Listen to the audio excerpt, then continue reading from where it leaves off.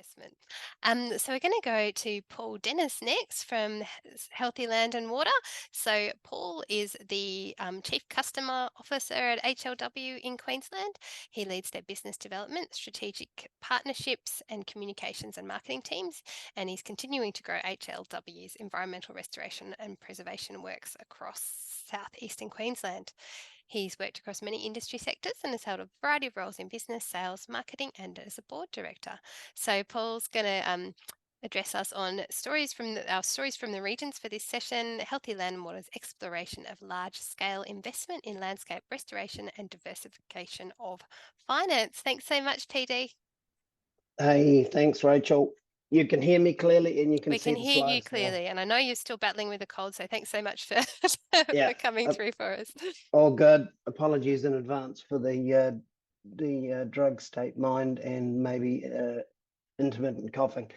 So, Healthy Land and Water in Southeast Queensland. I'd like to begin by acknowledging the custodians of the country on which I'm logging in from, Yagara and Turrbal in Brisbane, and acknowledge all of the assistance that we're getting through both the large-scale project that we're doing and our day-to-day. We're certainly learning how to work with our First Nations partners, and we're very proud to be involved in working with state government to set up the First Nations Alliance, representing all peoples across Southeast Queensland, which is going to be fantastic. I won't belabor this slide. I think there's been regular commentary. In Southeast Queensland, we certainly see the pace of biodiversity loss being alarming. We can acknowledge that what we've done to date, we're very proud of in the environment, but it is piecemeal, and that we all are talking about the need for greater investment and the sadness about the government announcements in the budget. In the context of the wider environment, yep, we do see that there are signs of growth in terms of financing, companies putting out great statements, increasing finance when we're engaging with those. It's fair to say that the majority of, as an NRM, the majority of our funding at this point in time is dominated by government. We do have secondarily utilities that are meeting compliance standards, and then we've been encouraged by our engagements with some corporates in the last year since we've established our commercial team.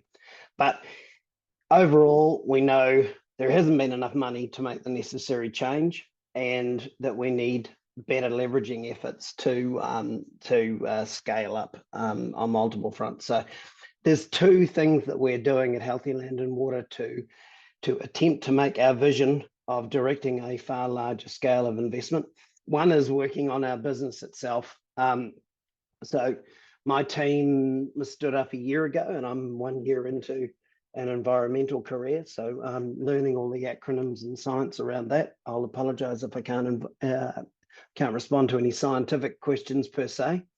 As such, we've been getting relationship managers in place and reaching out to the corporate market and our current customer set, which has been good. We've been getting good responses in terms of our customers, in terms of new prospective customers on that front. That has given us that encouragement. We're also looking at, do we have a scalable entity? Do we have a scalable supply chain? And are we ready to invite that large scale investment? And clearly the answer to that is no at this point in time. When we look at our supply chain in terms of, we're very fortunate at Healthy Land and Water. We've been monitoring the environment for the last 23 years through our EHMP program of surveying water quality, etc. And we've been delivering projects across the region for all of that time. The supply chain that we have is largely local.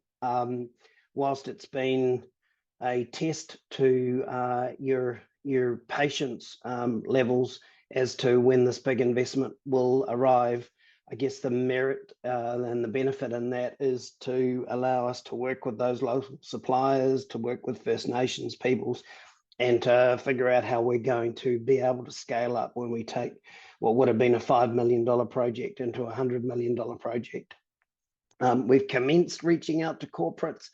It's fair to say that we had an aspiration to go to quite a number of them. We found the first few that we went to actually wanted to work with us and be proactive and had need. And that's where we've run into some structural and cultural challenges, if you like, with largely a very highly qualified set of scientists and project managers within the organisation. The way that we deliver to government projects is not necessarily as rapid fire as a corporate might expect us to respond, and we're trying to get that good balance to make sure that the science is correct and we're not guilty of leaning into anything that would be could be in any manner viewed as greenwashing, but they were also able to work at a cadence with corporates. And so the likes of BMRG, who I heard from yesterday,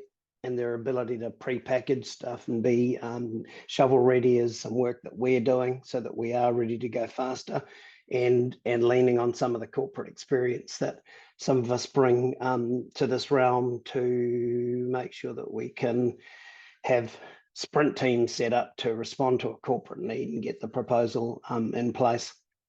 And then the other angle, the second topic that I'm going to spend most of my time talking about is where we've got that ambition that was mentioned before to really get into landscape scale. And on that front, we've set up a program over the last 12 months called the Brisbane Rivers Landscape Program.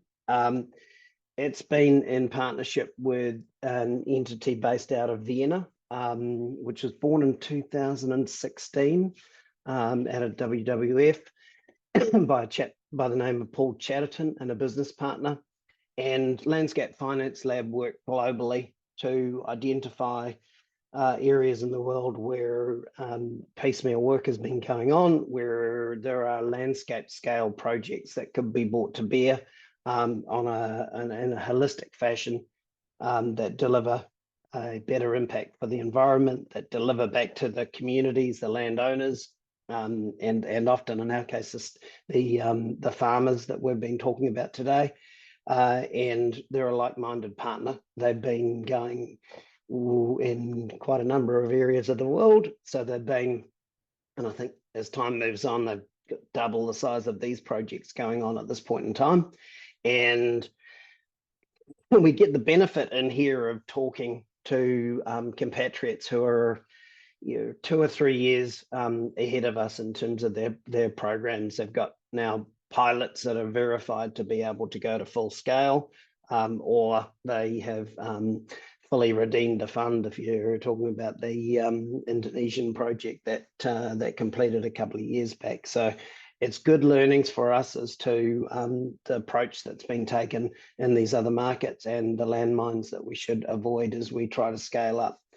We often talk, and we make some of our partners quite nervous around the fact that we are building the plane as we fly it. So it's fair to say that we are early stage. Hopefully we've got 2 wings and some engines going on, but we are very much in that startup mode. And that brings some challenges. It brings some challenges in the partnership as to the funding when there isn't necessarily an outcome, and we're still forming up pilots that we believe will eventually get there.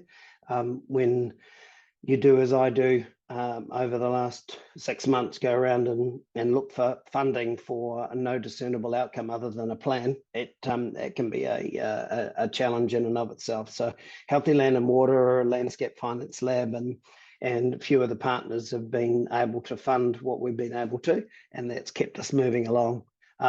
We are seeing the global financial market is coming in with some investment funds.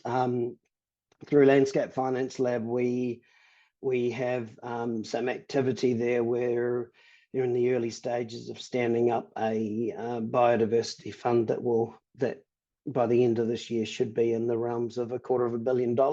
I think Paul Chatterton talks about these investment bankers that are looking to invest, not getting out of bed for less than 100 million, which would be a lovely place to be in.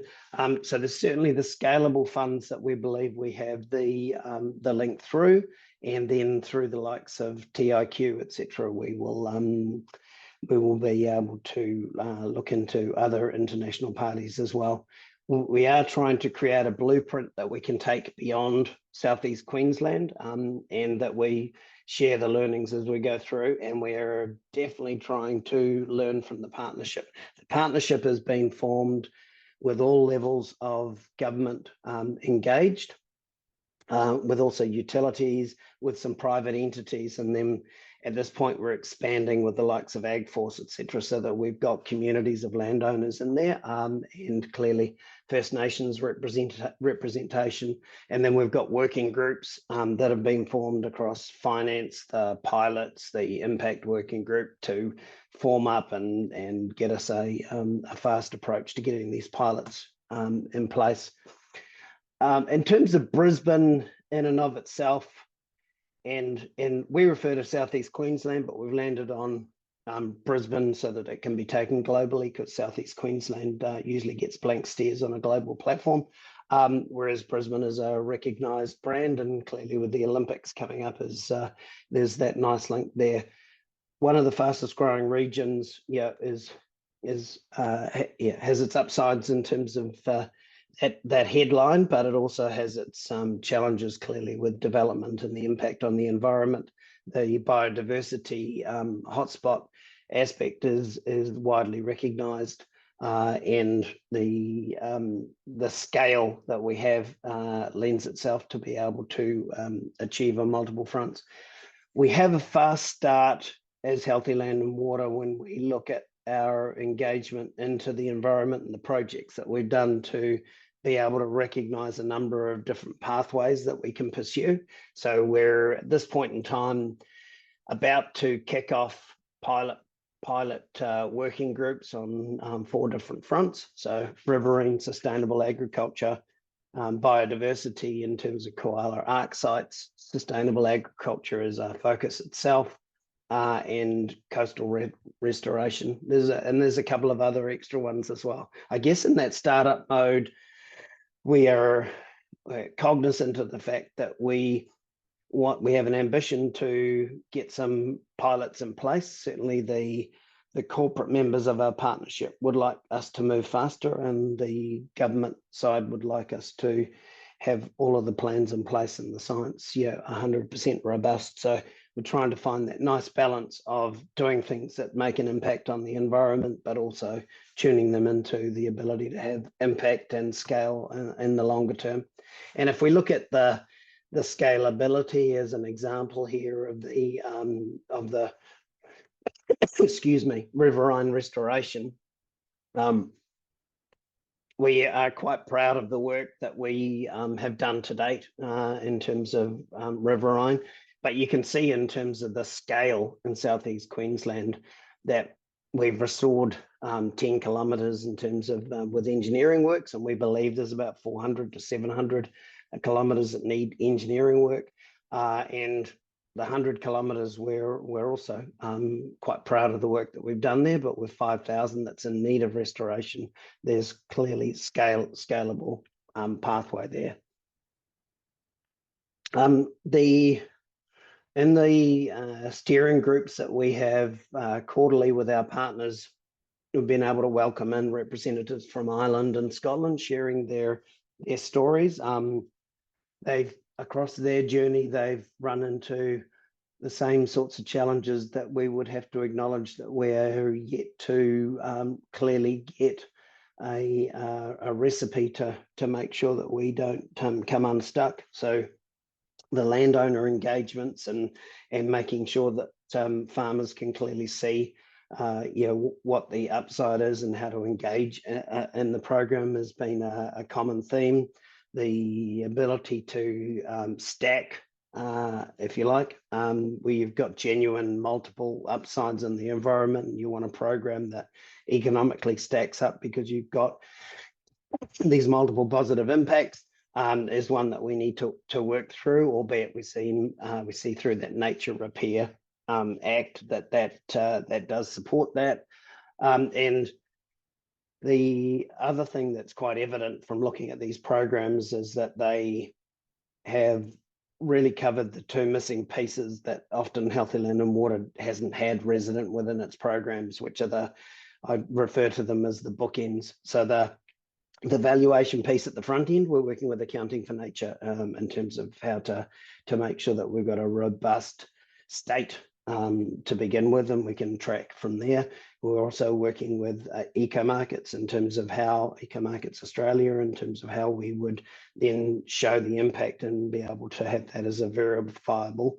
And then we're working with multiple parties on how do we line up a financial metric at the end that actually works for the investing party. And so top of mind for us are really the two main, or three, if you like. It's an impact on the environment, and it's the two main customer sets. So it's that farmer landowner that needs to see a benefit and isn't stuck before they start, or stuck on a whole lot of compliance activity and not seeing the why there is a reason to walk towards this, and that when we design the program and we're looking for that 100 to $200 million investment, that we're understanding what the criteria are there and that our program matches to that.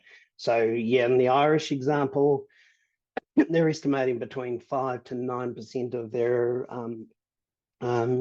national carbon emissions can actually be reduced at full scale of the program. And in their pilot stage, and when they were running through the metrics of the program, it did not stack up and it wasn't economically viable until they actually realized the scale and could calculate the multiple benefits and factor those in.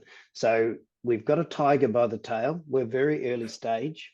Our partnership is we've been certainly very encouraged by governments, utilities, and private entities, and then community groups to want to run towards us and work with us.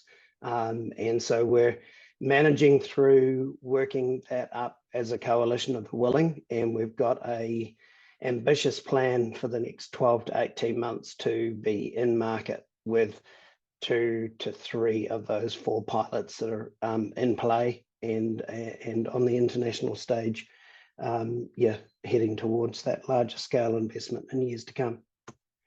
And that is me. Fantastic, PD. Thanks so much for that. And it was great to understand the way you guys are exploring the opportunities. And also, just others will note that we've got Marie from Eco Markets Australia presenting this afternoon. So it'll be interesting to understand a bit more about how you guys are working in with Eco Markets Australia as well, possibly through her perspective. Thanks for that. We're going to go to the panel session, and we're going to have Tim King, who's also joined us to be on the panel today as to answering our first question.